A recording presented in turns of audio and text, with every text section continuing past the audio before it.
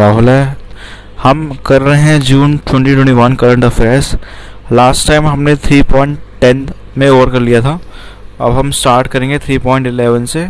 तो इकोनॉमिक्स हम कवर कर रहे थे, हॉर्टिकल्चर पे हमने छोड़ा था। कॉटन कल्टीवेशन देख रहे हैं अभी, और कोशिश करेंगे इसको पूरी कंप्लीट करने का, जितना भी पार्ट्स है इकोनॉमिक्स का। तो कॉटन कल्टीवेशन में ये न्यूज़ है कि रिसेंटली 2 रिपोर्ट रिलीज़ करी गई थी, कॉटन 2040, जिसका टाइटल था physical climate risk assessment for global cotton production, और फिजिकल क्लाइमेट रिस्क का, और वनरेबिलिटी असेसमेंट फॉर इंडिया। तो physical climate risk and vulnerability assessment जो इंडिया का है, ये report first ever detail report है जो फिजिकल क्लाइमेट रिस्क और वनरेबिलिटी असेसमेंट के बारे में बात करती है for India's cotton value chain.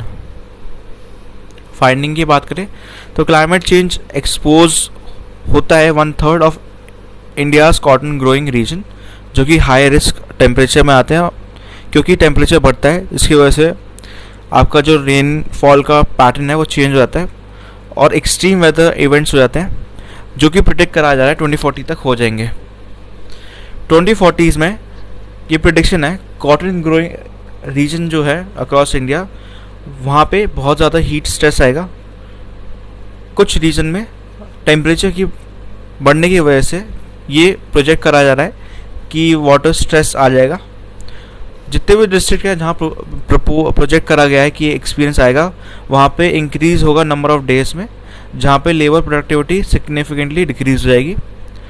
Common areas of vulnerabilities जो है अक्रॉस, ये पाया गया है कि कॉटन ग्रोइंग डिस्ट्रिक्ट जहाँ पे multi dimensional poverty, low female work participation, low male and female literacy rate होगा, and limited access to banking services, technology and information.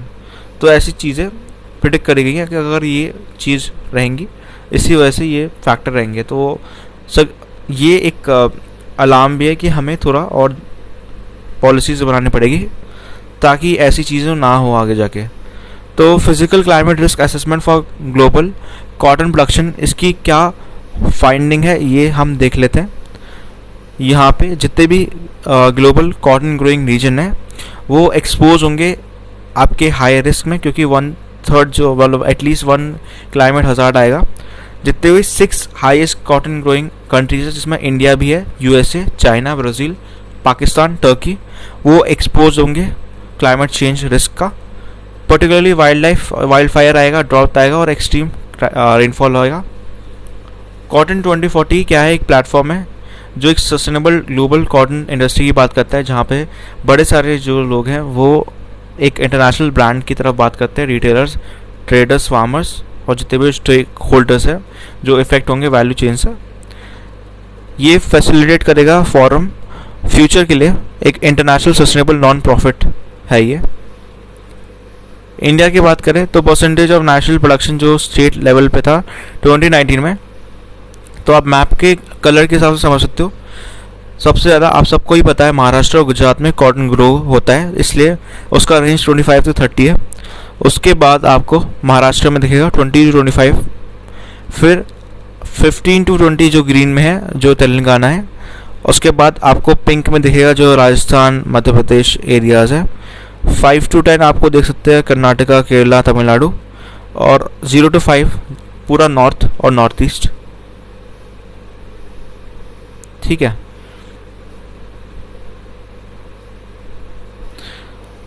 Cotton cultivation India में कैसी होती है ये समझ लेते हैं, बहुत ही इंपॉर्टेंट है। कॉटन एक खैरिफ क्रॉप है और ये ब्लैक सॉइल में होता है। ब्लैक सॉइल में हाई रिटेंशन कैपेसिटी होती है, डेक्कन प्लेटो में पाया जाता है, इसलिए साउथ में आपको ज़्यादा दिख रहा होगा। और यहाँ पे एनुअल टेम्परेचर जो रहता है 20 से 28 डिग्रीज तक रहता है। रेनफॉल का जो रहता है वो 55 से 110 सेंटीमीटर आइडल रहती है, और ये इसका रिक्वायरमेंट है 180 फ्रॉस्ट फ्री डेज होना चाहिए, जो कि इसी जगह पाया जाता है। मेजॉरिटी ऑफ कॉटन कल्टीवेशन जो होता है 10 मेजर कॉटन ग्रोइंग स्टेट्स में होता है, जो कि 3 डाइवर्स एग्रो इकोलॉजिकल जोन्स बनाते हैं। ये रेफर कर रहा है कुछ इमेज जो हमने ऊपर देख रखा है। नॉर्थ जोन में बात करें पंजाब, हरियाणा और राजस्थान से 16.8% की होती है नेशनल प्रोडक्शन। सेंट्रल से सबसे ज़्यादा होती है, सेंट्रल से आपका गुजरात, महाराष्ट्र, मध्य प्रदेश 54.6%। फिर बाद में जो सेकेंड नंबर पे है सदर्न जोन है, जहाँ पे 26.9% की होती है, तेलंगाना, आंध्र प्रदेश, कर्नाटका, तमिलनाडु। की फैक्ट्स के बारे में बात कर लेते हैं कॉटन प्रोडक्शन की। लार्जेस्ट प्रोड्यूसर जो है India, highest cotton producing country है इन द वर्ल्ड। ये 2020 के हिसाब से है, मतलब जो डेटा है 2020 का है, और ये रैंक है फर्स्ट प्लेस पे in terms of land area under cotton cultivation, जो कि है 38% ग्लोबल कॉटन एरिया। तो मतलब बहुत ही ज़्यादा प्रोडक्शन होता है। तो अगर ऐसी चीज़ें होंगी तो इंडिया भी सबसे ज़्यादा इफेक्ट होगा। ठीक है, जो हम चीज़ें देख रहे हैं। इंडिया सेकेंड लार्जेस्ट कंज्यूमर है रॉ कॉटन का आफ्टर चाइना। सेकेंड है कॉटन की स्पीशीज। इंडियन फार्मर्स ग्रो करते हैं आपका 4 स्पीशीज कल्टिवेटेड क्रॉप्स की, या सॉरी कॉटन क्रॉप्स की, जिसका है साइंटिफिक नेम है ये देसी कॉटन। सेकंड है एशियन कॉटन, थर्ड है इजिप्शियन कॉटन और फोर्थ है अमेरिकन अपलैंड कॉटन। तो आप इसका साइंटिफिक नेम पढ़ सकते हो। करंटली मोर देन 80% जो है कॉटन जो ग्रो करता है इंडिया में वो बीटी कॉटन है, मतलब हाइब्रिड है, वो जेनेटिकली मॉडिफाइड जिसे बोलते हैं। इसकी वैरायटी है जी हर्सनटम।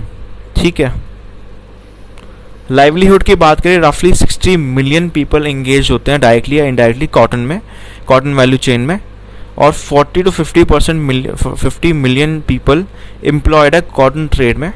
तो ये बहुत बड़ी इंडस्ट्री है इंडिया के लिए। कॉटन टेक्सटाइल इंडस्ट्री एम्प्लॉय करता है highest number of people country में आफ्टर एग्रीकल्चर, और कंट्रीब्यूट करता है 4% ऑफ कंट्रीज जीडीपी। तो कितना इंपॉर्टेंट सेक्टर है ये, बहुत ही ज़्यादा क्रूशल है इंडिया के लिए।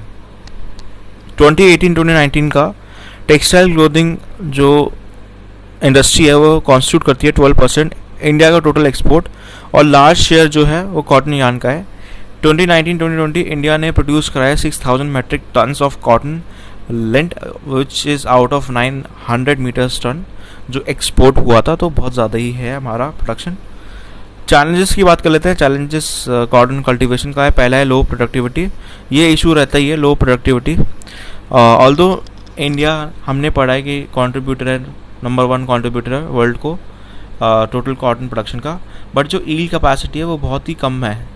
जैसे फॉर एग्जांपल अगर यूएसए और चाइना से कंपेयर करें तो यूएसए का 955 है किलोग्राम पर हेक्टेयर, और चाइना का 1764 है किलोग्राम पर हेक्टेयर। इंडिया का 454.43 किलोग्राम हेक्टेयर है।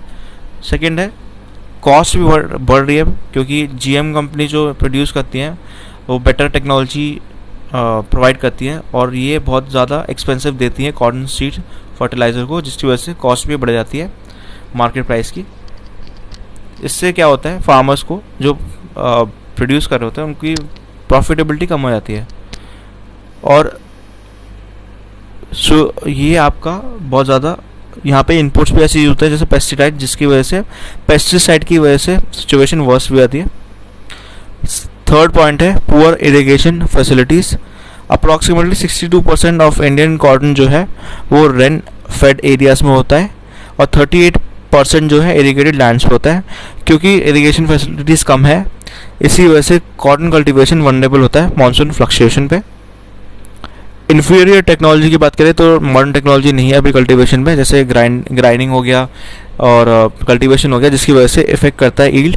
नॉन अवेलेबिलिटी है small scale low cost machine की जो सो करते हैं और पिकिंग करते हैं। लेबर शॉर्टेज है, और इनहांस वेजेस की वजह से डिले प्रोडक्शन होता है, जो कि इंक्रीज करता है रिस्क ऑफ कॉटन जो कंटामिनेट हो जाए।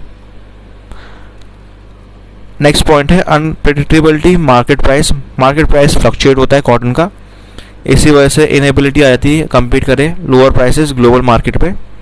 इवेंचुअली सब्सिडी देनी पड़ती है फार्मर्स को वेस्टर्न कंट्रीज़ में, जो इफेक्ट कर रहे हैं कॉटन प्लांटर्स को। क्लाइमेट सेंसिटिविटीज़, कॉटन ग्रो होता है हॉट और ड्राई क्लाइमेट में, तो बहुत सेंसिटिव रहता है बड़े सारे क्लाइमेट पैरामीटर्स पे। इसके अलावा ग्रेजुअल चेंज आ रहा है क्लाइमेट पैरामीटर, रैपिड शिफ्ट आ रहा है एक्सट्रीम वेदर इवेंट्स पे, जिसकी वजह से क्लाइमेट रिस्क बढ़ रहा है, और इराटिक और लेस रिलायबल रेन है जो प्रेजेंट है, इंक्रीज रिस्क कॉटन कल्टीवेशन पे।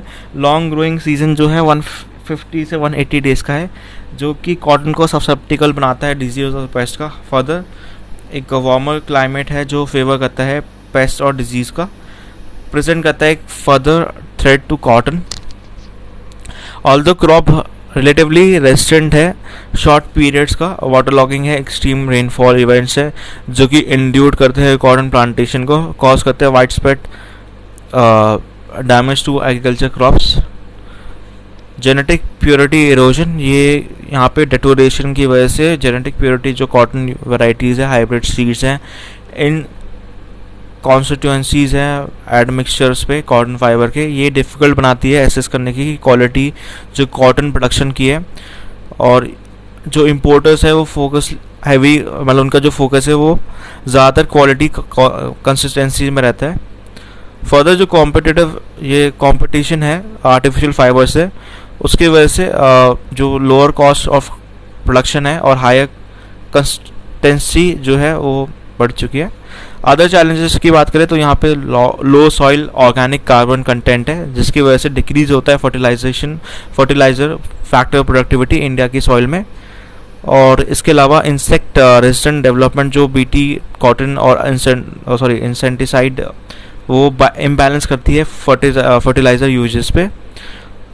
और माइक्रो न्यूट्रिशन डेफिशिएंट है, एडवर्स इफेक्ट्स है पेस्टिसाइड के ह्यूमन हेल्थ पे और सॉइल डिग्रेडेशन पे, वाटर पोल्यूशन भी होता है, और पुअर माइक्रोबियल डाइवर्सिटी होती है। यहाँ पे कुछ समझ लेते हैं क्रॉप इम्प्रूवमेंट कैसे कैसे हो रही है। जेनेटिक इन्हांस होती है जो रेफर करते हैं क्लाइमेट चेंज से। सेकेंड है डेवलप करती है जेनेटिकली इंजीनियर कॉटन जो हायर प्रोडक्टिविटी देता है। थर्ड है early maturing varieties of rainfed region हो सकता है। फोर्थ है रोबास्ट जेनेटिक सोर्सेज होते हैं जो एबायोटिक रेजिस्टेंट होते हैं, सलाइन और ड्रॉट और हीट टॉलरेंस रीजन पे भी हो सकते हैं, उग सकते हैं अच्छे से।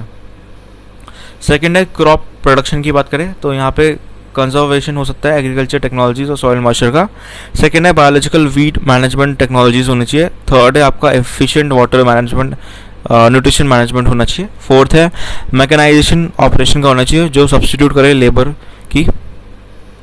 इसके अलावा प्लांट प्रोटेक्शन भी होना चाहिए। यहाँ पे 2 पॉइंट है, रोबास्ट होना चाहिए रिसर्च पे जो कंपोनेंट्स पे बात करते हैं, इंटीग्रेटेड पेस्ट मैनेजमेंट और इंसेक्ट रेजिस्टेंट मैनेजमेंट। सेकंड है रिसर्च करना चाहिए होस्ट प्लांट्स पे, रेजिस्टेंस पे, वाइट फ्लाइज पे, रैपिड डायग्नोस्टिक टूल्स पे, स्पेसिफिकली जो क्रायोपेटिक इंसेक्ट्स है और डिजीज़ है। इसके अलावा सीड साइंस एंड टेक्नोलॉजी की बात करें तो सिंपल कॉस्ट इफेक्टिव नर्सरीज जो हाइब्रिड्स है, सिंपल और cost effective genetic purity testing method होने चाहिए कमर्शियल हाइब्रिड्स के लिए। इसके अलावा रिसर्च होना चाहिए पोलिनेशन जो सीड्स और सीड प्रोडक्शन और क्वालिटी पे होना चाहिए। वे फॉरवर्ड की बात करें तो यहाँ पे centre institute for cotton research जो इस्टेब्लिश हुआ था IKA के द्वारा, ये इसका विजन है 2050 का कि वो सजेस्ट कर रहे हैं बहुत सारे फंडिंग कॉटन रिसर्च पे जो कि हेल्प कर सकते हैं क्रिटिकल गैप्स जो हमने अभी ये पढ़ ली है। तो ये सारे वे फॉरवर्ड के अंडर ही है जो मैंने आपको पहले ही पढ़ा दिया। तो ये किसने पब्लिश करा था ये पूछा जा सकता है, central institute for cotton research ने, और इनका विजन 2050 का है। ठीक है, इस चीज़ को टैकल करने का आप समझ सकते हो तरीका। 3.12 की बात करें semiconductors manufacturing in India, important है। गवर्नमेंट ने वर्क कर रहा है एक प्लान जो ऑफर करता है 1 billion cash to every country जो सेटअप करती है सेमीकंडक्टर चिप मैन्युफैक्चरिंग यूनिट्स। सबसे पहला क्वेश्चन आता है सेमीकंडक्टर होता क्या है, उसके बाद हम देखेंगे कि गवर्नमेंट क्यों इतना फोकस कर रही है। सेमीकंडक्टर एक फिजिकल सब्सटेंस होते हैं जिसका डिज़ाइन होता है मैनेज करने का और कंट्रोल करने का flow of current electric devices पे और इक्विपमेंट पे। ये अलाउ नहीं करता एक फ्रीली फ्लोइंग इलेक्ट्रिक करंट और रिपील करता है करंट को, मतलब ख़त्म करता है करंट को कम्प्लीटली। सेमीकंडक्टर एसेंशियली कंपोनेंट होता है इलेक्ट्रॉनिक डिवाइस में और ये इनेबल करते हैं एडवांस कम्युनिकेशन में, कंप्यूटिंग में, हेल्थ केयर में, मिलिट्री सर्विस में, क्लीन एनर्जी पे बड़ी सारी एप्लीकेशन है इसका, इसलिए बहुत इंपॉर्टेंट है। जनरली ये सिलिकॉन के होते हैं, जर्मेनियम के होते हैं, प्रोनाउंसिएशन शायद गलत हो सकती है, प्योर मेटल के हो सकते हैं, प्योर एलिमेंट जो होते हैं, सेमी कंडक्टर्स जो हैं वो ऐड करते हैं इम्प्योरिटीज एलिमेंट में। कंडेंसेशन और इंडक्टेंस जो है, प्रोनाउंसिएशन अगर इसकी गलत होती है, एलिमेंट डिपेंड करता है टाइप पे, इंटेंसिटी पे, और ऐड करता है इम्प्योरिटीज। इसके अलावा दो basic type of semi conductor होते हैं। पहला है ये होता है एन टाइप का होता है सेमी कंडक्टर, जो कि यूज़ होता है कंडक्टेंस जिसमें हाई हो और यहाँ पे large number of free electrons हो। पी टाइप सेमीकंडक्टर में इंड्यूसेंस जो है ज़्यादा होती है और ये यहाँ पे लेस इलेक्ट्रॉन्स होते हैं, तो दोनों ऑपोजिट है, ठीक है। Global semiconductor industry basically dominate करी जाती है US, south Korea, Japan, Taiwan. US इस मार्केट को लीड कर रहा है, 47% का शेयर है। उसके बाद साउथ कोरिया जिसका 19% का शेयर है। इंडिया क्यों कर रहा है कि वो फैसिलिटेट करे सेमीकंडक्टर मैन्युफैक्चरिंग को? पहला है ग्लोबल शॉर्टेज को टैकल करने के लिए, क्योंकि इसका जो पैंडेमिक की वजह से सर्ज आया डिमांड ऑफ इलेक्ट्रॉनिक आइटम्स कोविड-19 के बाद स्पेसिफिकली, तो जितनी भी कंट्रीज़ हैं वो अपना चिप मेकिंग फैसिलिटीज़ पे बढ़ा रही है अपने आप को, और वो डिपेंडेंसी कम कर रही है ग्लोबल सप्लाई चेन में, कि वो इंपोर्ट ज़्यादातर लोगों पे डिपेंड ना हो, कंट्रीज़ पे अपने आत्मनिर्भर रहें। इसीलिए डिमांड जो है सेमीकंडक्टर का बहुत ज़्यादा मैसिव हुआ है, इसीलिए प्रोडक्शन बहुत बढ़ी है अक्रॉस द वर्ल्ड। कोविड-19 की वजह से वर्ल्ड वाइड चिप सेल्स हैं वो बहुत बढ़े। तो आप देख सकते हो 412 बिलियन का था 2019 का, और 439 का 2020 में हो गया, तो और भी आगे बढ़ेगा। इलेक्ट्रॉनिक मैन्युफैक्चरिंग सेकंड पॉइंट है। India second largest smartphone manufacturer world में चाइना के बाद, और चिप एक सेंटर डिवाइस है इसका। फर्दर जो नई टेक्नोलॉजीज आती है जैसे 5G या इंटरनेट ऑफ थिंग्स या आर्टिफिशियल इंटेलिजेंस, वो इस चीज़ में बहुत हेल्प करेगी, और यहाँ पे डिमांड बहुत आती है चिप्स की, इसलिए भी। थर्ड है स्ट्रेटेजिक रिक्वायरमेंट बहुत है, सेमीकंडक्टर मैन्युफैक्चरिंग स्ट्रेटेजिक एडवांटेज है, क्योंकि कंट्रीज डिपेंड नहीं होना चाहती इंपोर्ट फॉर एसेंशियल इंफ्रास्ट्रक्चर, जो एसेंशियल पार्ट में आता है डिफेंस ऑफ पावर, और इसीलिए। फोर्थ है इंपोर्ट बिल कम हो जाएगा इससे, इंडिया का डिपेंडेंस कम हो जाएगा। ऑब्वियसली इंडिया कंज्यूम करता है 21 बिलियन वर्थ सेमीकंडक्टर, 2019 का डेटा है, और वो भी India electronics and semiconductor association का ये डेटा है। लास्ट पॉइंट है इसका, फोस्टर करता है इनोवेशन को। प्रोडक्शन और एक्सपोर्ट जो इलेक्ट्रॉनिक गुड्स का होता है लार्ज स्केल पे होता है, जो एक्सपोज करता है इंडिया की इंडस्ट्री को फॉरेन कंपटीशन या आइडियाज़ पे, जो कि हेल्प करता है कैपेबिलिटीज़ की वो इनोवेट करे फ्यूचर के लिए। चैलेंजेस क्या है इंडिया के सामने? जो पहला है कॉम्प्लेक्स मैन्युफैक्चरिंग, चिप्स मेकिंग बहुत ही ज़्यादा कॉम्प्लेक्स प्रोसेस है, इसी वजह से कुछ कंट्रीज़ ही कर पाती हैं जिनके पास एक्सपर्टीज़ है, स्किल्स हैं।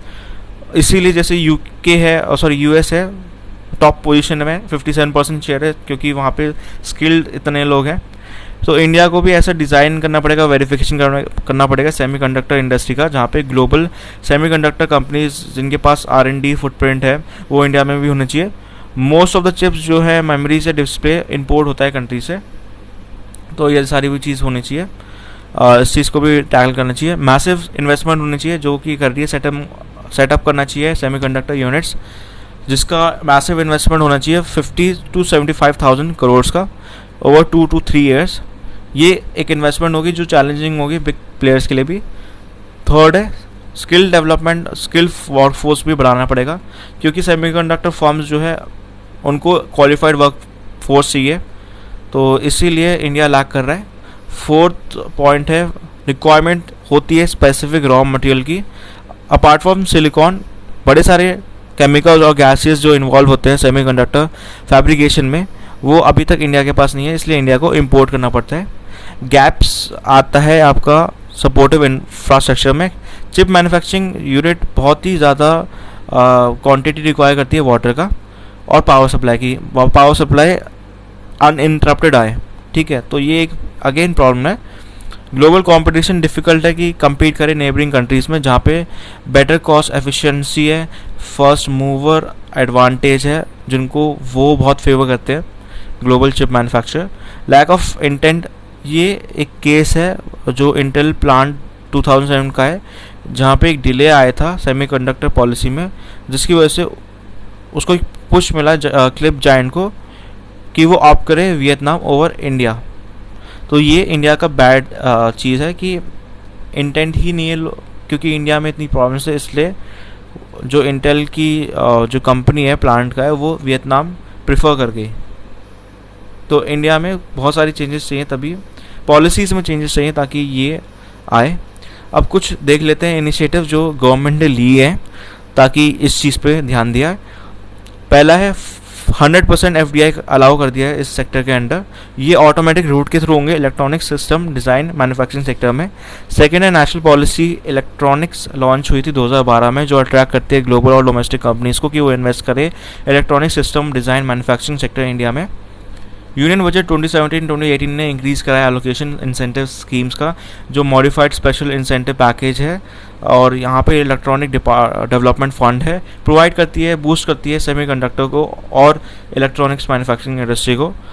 नेक्स्ट पॉइंट है इलेक्ट्रॉनिक मैन्युफैक्चरिंग क्लस्टर स्कीम, जो प्रोवाइड करती है 50% cost development of infrastructure common facilities green field cluster में। 75% जो है कॉस्ट वो ब्राउन फील्ड क्लस्टर्स के लिए होते हैं। यूनियन कैबिनेट ने रिकमेंड करा एक एम्पावर्ड कमेटी जो सेटअप करती है सेमीकंडक्टर को wafer fabrication manufacturing facilities country में। इसके हिसाब से IEESA के अकॉर्डिंग ये ESDM इंडस्ट्री बेनिफिट करेगी गवर्नमेंट की मेक इन इंडिया प्रपोजल, और ये प्रोजेक्ट करा जा रहा है कि इन्वेस्टमेंट प्रपोजल 10,000 करोड़ तक का आएगा नेक्स्ट 2 ईयर्स में। वे फॉरवर्ड लास्ट पॉइंट है इसका, जो हम इसको देख के ख़त्म करेंगे, वो है वे फॉरवर्ड में आपका सपोर्टिंग इंफ्रास्ट्रक्चर होना चाहिए, एक वर्ल्ड क्लास सस्टेनेबल इंफ्रास्ट्रक्चर होना चाहिए जो कि ट्रांसपोर्टेशन बढ़ाए, प्योर वाटर बढ़ाए large quantity, uninterrupted electricity, communication, pollutant free environment हो, स्टार्टअप असेंबली होना चाहिए, टेस्टिंग होना चाहिए, मैन्युफैक्चरिंग और पैकेजिंग। ATMP कंपनीज जनरेट करती है मोर एम्प्लॉयमेंट, और ये रिक्वायर करती है less investment than full fledge fabrication plants, fabs जिसको बोलते हैं। स्टेबल लॉन्ग टर्म पॉलिसी होनी चाहिए, पॉलिसी को बड़ी सारी सब्सिडी इंक्लूड करना चाहिए ताकि वो बड़े सारी चीज़ें लें जो 10 से 15 साल तक सस्टेन हो जाए, और ये सपोर्ट करे लॉन्ग टर्म पॉलिसी और फाइनेंशियल बैकिंग। लास्ट पॉइंट है इंडस्ट्री और एकेडेमिया कोलैबोरेशन, ग्रेटर एम्फेसिस होना चाहिए रिसर्च इनोवेशन इंडिया का हायर एजुकेशन लैंडस्केप पे, जो अनवील करे न्यू एजुकेशन पॉलिसी। यहाँ पे एक पॉसिबिलिटी भी होना चाहिए बेटर सिनर्जी जो इंडस्ट्री और एकेडमिक के बीच में होना चाहिए, ताकि वो एक करिकुलम डिज़ाइन करे जो कि सेमीकंडक्टर्स के लिए बेनिफिशियल हो, सेमीकंडक्टर कंपनीज के लिए। नेक्स्ट जो न्यूज़ है वो है वन नेशन वन स्टैंडर्ड, बहुत ही इंपॉर्टेंट न्यूज़ है ये भी। तो यहाँ पे recently research design and standard organisation RDSO जो इंडियन रेलवे का है, उनने क्या करा है, एक बड़ी चीज़ करी है, वो फर्स्ट इंस्टीट्यूशन बने हैं जिन्हें डिक्लेयर करा है standard developing organisation SDO, one nation one standard mission के अंडर, जो कि आता है ब्यूरो ऑफ इंडियन स्टैंडर्ड। इसमें पार्टनरशिप है आपका RDSO जिसका हमने देख लिया रिसर्च डिज़ाइन वाला, सोल R&D विंग है रेलवे मिनिस्ट्री का, जो कि रीअलाइन करती है स्टैंडर्ड फॉर्मुलेशन प्रोसीजर एज पर जो code of good practices mentioned है WTO world trade organisation technical barrier to trade के अंडर है। RDSO एक इनिशिएटिव है जो रिकग्निशन देता है SDO को under BIS SDO recognition scheme. इस स्कीम के अंडर BIS जो है ब्यूरो ऑफ इंडियन स्टैंडर्ड, ये इन्विसार्ज करता है, आपका रिकग्नाइज करता है बड़े सारे SDO को for attaining one nation one standard. अब बहुत देर से हम बात करें वन नेशन वन स्टैंडर्ड, ये है क्या? वन नेशन वन स्टैंडर्ड एक सिनर्जी स्टैंडर्ड्स है जो अडॉप्ट करता है बड़े सारे SDO को, और इसका आइडिया डेवलप हुआ था one template for standards of one given product instead of multiple agency, मतलब एक प्रोडक्ट होना चाहिए गिवन प्रोडक्ट, ना कि बहुत सारी एजेंसी होनी चाहिए। करंटली BIS एक नेशनल बॉडी है जो फ्रेम करता है स्टैंडर्ड्स, बट डिफरेंट इंस्टीट्यूशन और PSU डेवलप करते हैं उनके खुद के स्टैंडर्ड्स, जैसे food security and standard authority FSSAI ने कुछ स्टैंडर्ड सेट करे फूड के, ऑटोमेटिक रिसर्च इंस्टीट्यूशन के, और इंडिया एक स्टैंडर्ड सेट करता है ऑटोमोबाइल का। बेनिफिट क्या है वन नेशन वन स्टैंडर्ड का? ये इंटरनेशनल रिकग्निशन देता है, एक integrated multiple standard formulating body है जो यूनिफॉर्मिटी लाती है क्वालिटी गुड्स और सर्विसेज की, और ये बूस्ट करती है ब्रांड इमेज इंडिया का। सेकेंड है एक्सेस देती है ग्लोबल मार्केट का, क्योंकि ये रिकग्निशन देती है इंटरनेशनल स्टैंडर्ड मेकिंग बॉडीज़ और इंटीग्रेट करती है ग्लोबल सप्लाई चेन ताकि पार्टिसिपेशन बढ़े सप्लाई चेन में। ऑल्सो ये इंश्योर करती है मार्केट का रेलेवेंस जो इंडियन स्टैंडर्ड्स के लिए। बेनिफिट देती है कंज्यूमर को क्योंकि ये इंक्रीज करती है कॉम्पिटिटिवनेस इंडस्ट्री के अमंग। नेक्स्ट है प्रोडक्ट इनोवेशन होता है यहाँ पे, बेसिक टेम्पलेट जो वर्क होता है स्मूथ होता है यहाँ पे, इंडक्शन ऑफ इवॉल्विंग और इमर्जिंग टेक्नोलॉजी, ये रिड्यूस करता है डिपेंडेंस इम्पोर्ट्स में और प्रोवाइड करता है मेक इन इंडिया में। प्रमोशन होता है डोमेस्टिक स्टैंडर्ड्स का, ये हेल्प करता है मैक्सिमम इंडस्ट्रियल प्रोडक्ट्स जो इंडियन स्टैंडर्ड्स के अंदर आते हैं और रिमूव करता है कि हम बाहर ना जाए अब्रॉड ताकि हमें कोई सर्टिफिकेट चाहिए हो। वन स्टैंडर्ड वन नेशन के अंदर ही हो जाएगा। एक्सेस मिलता है फाइनेंस को, बैंक लोन देते हैं, एडवांस लोन देते हैं प्राइसेस ऑफ स्टैंडर्डाइज्ड कमोडिटीज़ को जो स्टैब्लिश हैं। कुछ बेसिक चीज़ें भी देख लेते हैं जो रिलेटेड इन्फॉर्मेशन में है, जैसे WTO technical barrier to trade क्या है, जिसमें इंडिया ने स्टैंडर्ड रखा है जो आप इसमें लाइन में देख सकते हो एज पर द स्टैंडर्ड। तो यहाँ पे इंडिया सिग्नेटरी है, सबसे पहले इंपॉर्टेंट चीज़ है WTO और technical barriers to trade agreement. इसके under central government, state government और NGO non governmental standardisation bodies operate जो होती है इंडिया के अंडर, और रीजनल स्टैंडर्ड बॉडी है वो एक्सेप्ट करती है और कंप्लाई करती है code of good practices for the preparation, adoption और एप्लीकेशन ऑफ स्टैंडर्ड्स प्रोवाइड होते हैं ये annex 3 of WTO TBT agreement.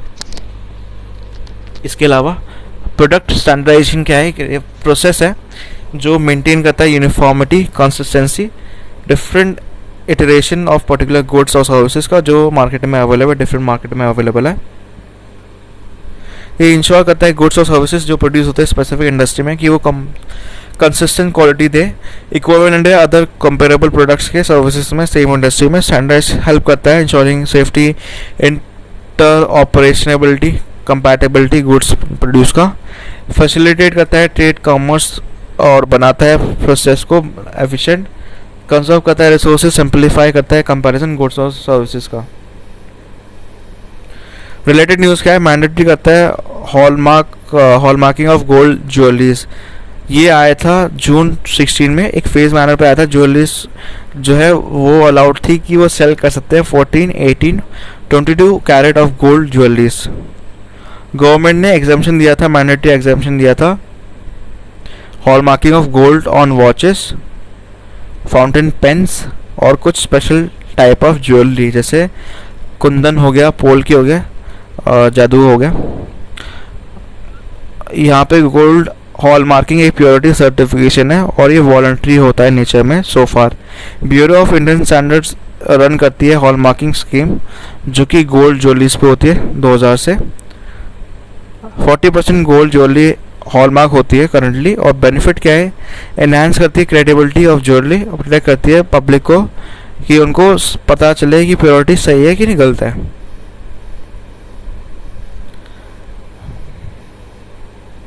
Issue क्या है स्टैंडर्डाइजेशन इंडिया में, ये हम समझ लेते हैं और फिर हम बेनिफिट देख लेंगे और फिर वे फॉरवर्ड। पहला है रेगुलेशन नहीं है अब सही से।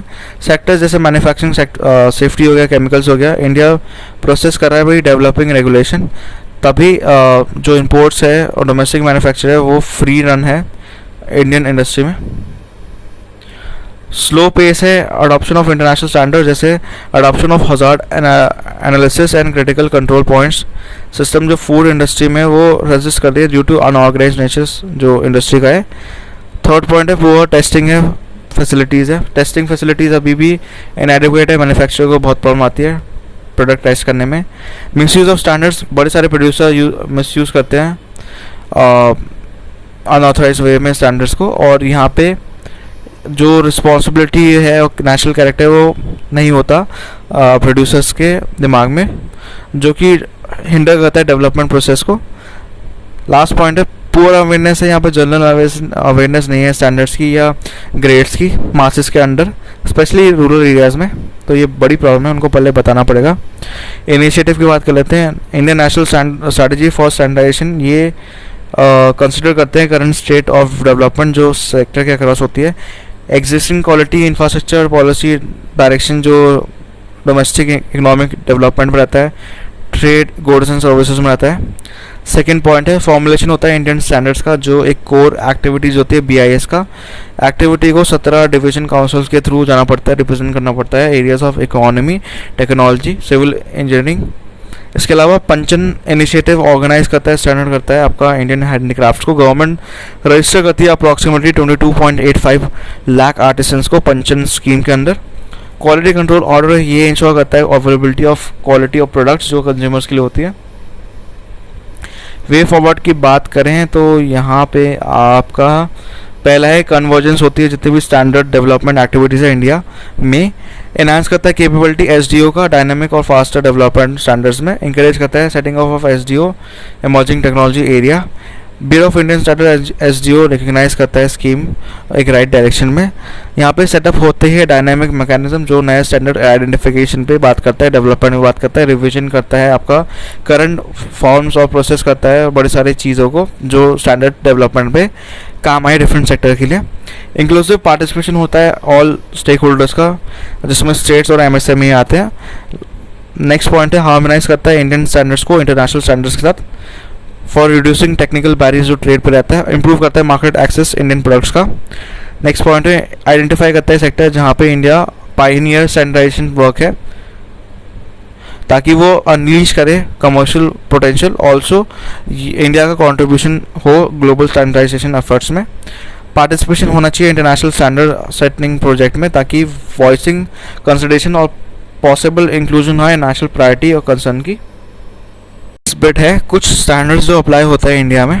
मार्क में आप देखते हो एजेंसी कौन सी है और डिस्क्रिप्शन क्या है। सबसे पहली है ISI, तो ये बहुत लोगों ने देखा होगा। ISI मार्क प्रोडक्ट्स पे होता है, जैसे आपने कुकर पे देखा होगा और बड़ी सारी चीज़ों पे देखा होगा। सर्टिफाइंग एजेंसी कौन सी है? BIS, bureau of Indian standards. Description की बात करें तो यहाँ पे मैंडेटरी नंबर ऑफ प्रोडक्ट्स होते हैं, specifically electronic items, but in cases जो अदर मैन्युफैक्चरिंग प्रोडक्ट्स है वो भी वॉलंटरी है, मतलब चाहे तो कर सकते हैं, लेकिन मैंडेटरी रहता है इलेक्ट्रॉनिक गुड्स पे, तो ISI का मार्क उसमें होता ही है। BIS हॉलमार्क, अगेन BIS करता है ये डिस्क्रिप्शन की बात करें तो ज्वेलरीज पे होता है ताकि वो इंश्योर करे कि ये सर्टिफाइड है। नेक्स्ट जो मार्क है वो है FPO मार्क का, फ्रूट प्रोडक्ट्स ऑर्डर, सर्टिफाई करा जाता है ministry of food processing industry के द्वारा। डिस्क्रिप्शन की बात करें तो यहाँ पे सर्टिफिकेशन मार्क मैंडेटरी होता है जितने भी प्रोसेस फूड प्रोडक्ट्स होते हैं इंडियन मार्केट पर होल्ड रहते हैं, और ये फॉलो करते हैं food safety standards act 2006। Indian organic certification, ये इसकी एजेंसी है agriculture process food products export development authority, APEDA, APEDA जैसे याद कर सकते हो आप। सर्टिफाइंग मार्क होता है ऑर्गेनिकली फार्म फूड प्रोड्यूस जो एंड मैन्युफैक्चर होते हैं इंडिया में। एग्रीकल्चर मार्केटिंग एग मार्क, यहाँ पे एजेंसी जो है वो है डायरेक्टोरेट मार्केटिंग इंस्पेक्शन की, और ये लीगली इन्फोर्स है इंडिया में। Agriculture produce grading and marking act 1937 के अंडर जो अमेंड हुआ था 1986 में। लास्ट न्यूज़ जिसमें हम इकोनॉमिक्स पूरा ख़त्म कर देंगे वो है consumer protection e-commerce rules 2020। Department of consumer affair ने रिलीज़ करा है ड्राफ्ट प्रपोजल जो अमेंड करता है कंज्यूमर प्रोटेक्शन रूल्स 2020 को। ठीक है, तो यहाँ पे आप देख सकते हो पहले गवर्नमेंट ने नोटिफाई करा है कंज्यूमर प्रोटेक्शन और प्रोटेक्शन जो है ई-कॉमर्स रूल्स में 2020 जो आया था 23 जुलाई 2020 को। ये रूल्स फ्रेम्ड होते हैं कंज्यूमर प्रोटेक्शन एक्ट 2019 के अंडर, जिसका इंटेंशन ये था कि कॉम्प्लीमेंट करते हैं सेड एक्ट को और रेगुलेट करते हैं ई कॉमर्स एक्टिविटीज़ को और ट्रांजेक्शन को। स्पेसिफिकली ई कॉमर्स की बात कर रहा है यहाँ पे। की प्रोविजन क्या है जो प्रपोज्ड अमेंडमेंट है? Definition of e commerce entity expand करते हैं एंटिटीज़ को जो ऑपरेट कर रहे हैं ई कॉमर्स प्लेटफॉर्म पे ऑल्सो ये इंक्लूड कर रहे हैं कोई भी एंटिटी इंगेज्ड हो, कोई भी पर्सन जो फुलफिल कर रहा हो ऑर्डर्स को या प्लेस कर रहा हो यूज़र, किसी यूज़र के द्वारा प्लेटफॉर्म पे, या कोई भी रिलेटेड पार्टी हो जो डिफाइंड हो section 2 clause 76 of companies act 2013 के अंडर। ये इंक्लूड नहीं करता सेलर जो ऑफर कर रहा है गुड्स, अपने गुड्स जो ऑफर कर रहा है या सर्विसेज किसी भी सेल के लिए मार्केट प्लेस ई कॉमर्स एंटिटीज़ को। इम्प्लीकेशन क्या है इसके, कंपनीज इंश्योर करेगी एंटिटीज़ जो रेंडर कर रहे हैं लास्ट माइल डिलीवरी सर्विसेज उनको कंप्लाई करे रेलेवेंट लॉज पे और रूल्स पे और रेगुलेशन जो ई कॉमर्स को फॉलो करने हैं।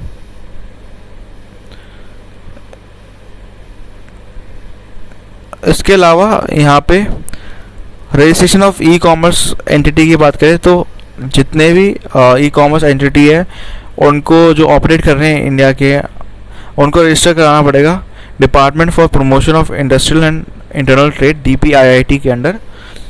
इसका इम्प्लीकेशन क्या है कि इंश्योर करता है ट्रांसपेरेंसी ई कॉमर्स का और सिस्टम ऑफ वर्किंग को बढ़ाता है, रिस्ट्रिक्ट करता है डिस्प्ले ऑफ, प्रमोट करता है जितने भी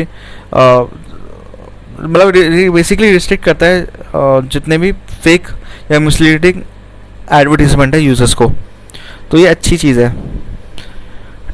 duties of E commerce entities, यहाँ पे रिक्वायरमेंट है ई कॉमर्स एंटिटीज़ को मेंशन करे name, details of importers, identify करे कंट्री ऑफ ओरिजिन, प्रोवाइड करे फिल्टर मैकेनिज्म जो उनकी वेबसाइट पे हो, डिस्प्ले करे नोटिफिकेशन की कहाँ क्या है प्रोडक्ट ये प्री परचेज स्टेज पे। तो आपने देखा होगा बड़ी सारी ई कॉमर्स है वेबसाइट पे कि अब वो मेंशन भी करने लगे कि कहाँ का प्रोडक्ट है, कहाँ से है, क्या है। और at the time of goods जो परचेजेस जो कंज्यूमर देख रहे हैं इवेंचुअली, इसका एम ये है कि इंश्योर करता है पैरिटी इंपोर्टर और डोमेस्टिक गुड्स का, और यहाँ पे कोई नो डिस्क्रिमिनेशन रूल नहीं है। ऑफर करता है एडिशनल मैकेनिज्म जो हेल्प करता है कंज्यूमर को कि वो एक इन्फॉर्म डिसीजन बनाए जब वो प्रोडक्ट बाय कर रहे हैं, स्पेसिफिकली इम्पोर्टेड जो बात बाय कर रहे हैं। इंस्ट्रक्टिव रहता है इन कंज्यूमर के लिए कि वो अपना एक इन्फॉर्म्ड डिसीजन बना सकते हैं कि कंट्री ऑफ ओरिजिन के हिसाब से और अपना चॉइस रख सकते हैं। ग्रीवेंस रिड्रेसल जो है यहाँ पे इम्पोर्टेंट है। ई कॉमर्स एंटिटी अपॉइंट करेगा चीफ कंप्लाइंस ऑफिसर जिसका रिस्पॉन्सिबिलिटी होगी कि वो इंश्योर करे कंप्लाइंस। सेकंड है नोडल कॉन्टैक्ट पर्सन होगा, 24/7 की एजेंसी होगी लॉ एनफोर्समेंट एजेंसी के साथ। ऑफिसर्स इंश्योर करेंगे कंप्लाइंस उनके ऑर्डर्स या रेजिस्टेंट ग्रीवेंसेस ऑफिसर जो एड्रेस कर रहे हैं ग्रीवेंसेस किसी भी कंज्यूमर का। इसके अलावा इसका जो इंस्टीट्यूट है वो साउंड कंज्यूमर ग्रीवेंस है रिड्रेसल मैकेनिज्म है, इन्फॉर्म करता है कंज्यूमर सेम के लिए और इंश्योर करता है कंप्लायंस रूल्स का। चेक करता है मिस सेलिंग पे। मिस सेलिंग मतलब है कि ई कॉमर्स एंटिटी जो सेल कर रही हैं गुड्स और प्रोडक्ट्स जो डिलीवरेटली मिस रिप्रेजेंटेशन का है कि मतलब कुछ चीज़ें पता ही नहीं है इसे सही से, वो एंटिटी जो है सूटेबल हो यूज़र को कि वो परचेज करने से पहले उनको पता चल जाए। इंटेंशन क्या है कि प्रिवेंट करें मिस रिप्रेजेंटेशन ऑफ इंफॉर्मेशन। ठीक है। रेगुलेशन करता है क्रॉस सेलिंग पे, डिफाइन करा है क्रॉस सेलिंग को जो सेल रिलेटेड होते हैं एडजेसेंट होती है कॉम्प्लीमेंट्री प्रोडक्ट्स होते हैं। इसका एक इंटेंट होता है कि वो मैक्सिमाइज करे रेवेन्यू ई कॉमर्स एंटिटीज़ का। इम्प्लीकेशन क्या है इसका, क्लॉज ट्रांसपेरेंसी चाहता है, प्रिवेंट करना चाहता है प्रैक्टिसेस जो कि मिसलीडिंग हो, मैनिपुलेटिव हो, जिससे एक फेयर अपॉर्चुनिटी मिले डोमेस्टिक प्रोडक्ट्स को। रेगुलेशन होना चाहिए फ्लैश सेल का, यहाँ पे इम्पॉर्टेंट है, डिफाइंड है ये सेल ऑर्गेनाइज जो ई कॉमर्स करती है। ताकि कभी आपने देखा होगा बिग बाज़ार सेल होती है या दिवाली के टाइम पे जो सेल होती है ना फ्लैश सेल जिसे बोलते हैं कि प्राइस को कम कर दिया और डिस्काउंट बहुत दे रहे हैं, कोई भी प्रमोशन या अट्रैक्टिव ऑफर्स जो कंज्यूमर को मिल रहा है किसी भी गुड्स और सर्विसेज पे ताकि कंज्यूमर ज़्यादा से ज़्यादा आए, ये प्रिवेंट करता है इम्प्लीकेशन प्रिवेंट करता है इंस्टेंट अनाउंस सेल, और ये मैनिपुलेट हो सकता है किसी को एडवांटेज देने के लिए, प्रेफरेंशियल ट्रीटमेंट देने के लिए कुछ पर्टिकुलर सेलर्स को। प्रिवेंट करता है चीटिंग और unfair trade practices e commerce पे और ट्रांसपेरेंसी लाता है। कंप्लीट प्रोहिबिशन होता है यहाँ पे पार्टीज़ जो सेल कर रही है प्लेटफॉर्म पे। प्रोहिबिशन होता है यहाँ पे रिलेटेड पार्टीज़ और एसोसिएशन एंटरप्राइज ई कॉमर्स के जो होती है लिस्ट करती है जो सेलर्स को प्लेटफॉर्म पे, प्रोहिबिट करती है use of information collected on the platform, ताकि उनको अनफेयर एडवांटेज ना मिल जाए रिलेटेड पार्टीज़ को। इम्प्लीकेशन क्या है कि ये कम्प्लीटली सेपरेट करती है ई कॉमर्स एंटिटीज़ को as a pure market place from the sellers, और एलिमिनेट करती है कॉन्सेप्ट ऑफ रिलेटेड सेलर्स को।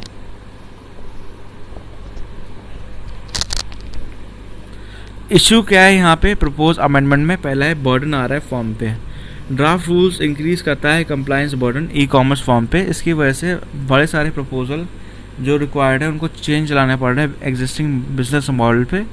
फॉर एग्जांपल यहाँ पे प्रपोज रूल्स जो ई कॉमर्स का है मार्केट प्लेस का, वो रिस्पॉन्सिबल है सेलर्स की एक्टिविटीज़ का।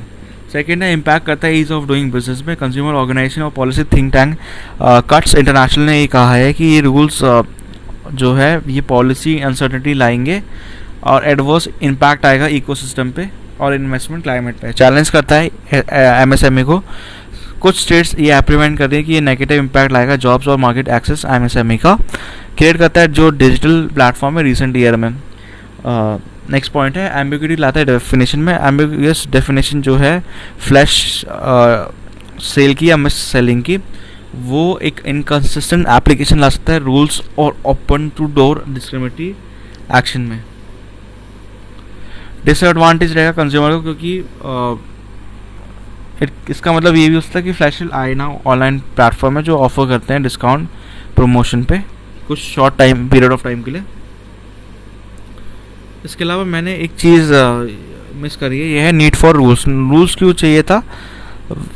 Better regulation e commerce industry का, क्योंकि ये इंडस्ट्री 200 बिलियन की हो गई है साइज़ पे, 2026 तक हो जाएगी है।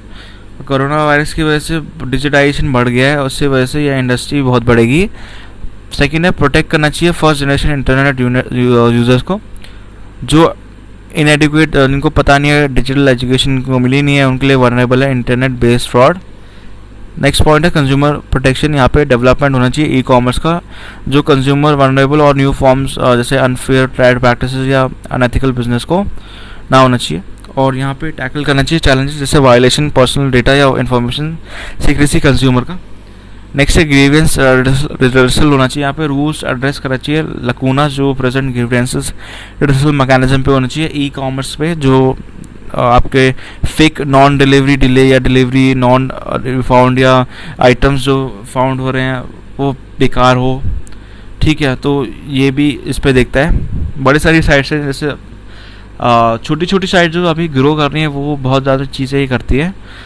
Protecting interest of small scale bricks and mortar storage. Dominant e market entity hurt नहीं करता इंटरेस्ट या लेवलिंग प्लेइंग फील्ड को। इसके अलावा यहाँ पे जो वे फॉरवर्ड की बात कर लेते हैं और फिर न्यूज़ ख़त्म हो जाएगी रिलेटेड न्यूज़ के बाद। डेटा प्रोटेक्शन होना चाहिए, यूज़र पर्सनल डेटा कैटेगराइज होना चाहिए सेंसिटिविटी या अप्रोप्रिएट प्रोटेक्शन लेवल का।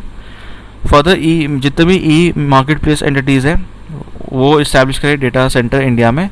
क्लियर डेफिनेशन होनी चाहिए, यहाँ पे घुमाने वाली डेफिनेशन नहीं होना चाहिए जो कॉन्स्टिट्यूट करे अनफेयर ट्रेड प्रैक्टिसेस में, जिसमें फ्लैश सेल और मिस सेलिंग जैसी चीज़ें भी क्लियरली डिफाइन होनी चाहिए। प्रैक्टिकल लीगल रेमेडी होना चाहिए। थर्ड पॉइंट है करेक्टिव मैकेनिज्म होना चाहिए जो डिस्करेज करे डिसेप्टिव टैक्टिक्स जैसे मैनिपुलेशन एल्गोरिथम का, फेयर प्रोडक्ट्स का, रिव्यू रेटिंग्स का, जो कि हो जाती है आजकल। इसके अलावा अप्रोप्रिएट ग्रीवेंस रिड्रेसल मैकेनिज्म होना चाहिए जो कि एक्सप्लिसिटली मेंशन करे डिफरेंट लेवल पे कंज्यूमर को अगर उनका ग्रीवेंस अनरिजॉल्व्ड है। ये रिलेटेड न्यूज़ में सिंपल है, department for promotion of industrial internal trade जो है अनाउंस कर रहा है, अपॉइंट कर रहा है एक advisory committee open network for digital commerce ONDC project. ONDC के थ्रू DPIIT इंटेंड करता है ई कॉमर्स प्रोसेस का। ऑन बोर्डिंग होता है sellers, vendor discovery, price discovery, product cataloguing और ओपन सोर्स जो एक्सेस देता है किसी भी ऑनलाइन रिटेलर्स को। इसके अलावा जो सॉफ्टवेयर है, प्रोसेस है ओपन सोर्स का, वो कोड यहाँ पे होना चाहिए अवेलेबल फ्रीली यूजर्स के लिए। ONDC एक्सपेक्ट करता है डिजिटाइज करता है एंटायर वैल्यू चेन और स्टैंडर्डाइज करता है ऑपरेशन। प्रमोट करता है इंक्लूसिव और सप्लाईज जो डिराइव करते हैं एफिशिएंसी लॉजिस्टिक्स, एनहांस करता है वैल्यू फॉर कंज्यूमर।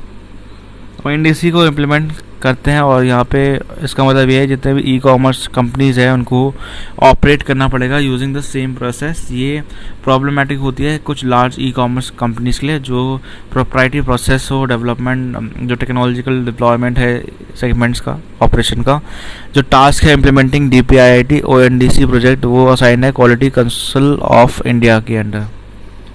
तो इसी के साथ ही न्यूज़ ख़त्म होती है और होती है। अगर आपको सोशल मीडिया में कनेक्ट होना है मेरे साथ तो आप इंस्टाग्राम पे ये UPSC राजेश विद राहुल पे आप फॉलो अप कर सकते हो जिसका लिंक डिस्क्रिप्शन पे है। अगेन टेलीग्राम का भी लिंक डिस्क्रिप्शन पे है, आप सीधा लिंक से कनेक्ट हो जाओगे और आपको अपडेट्स आती रहेंगी। तो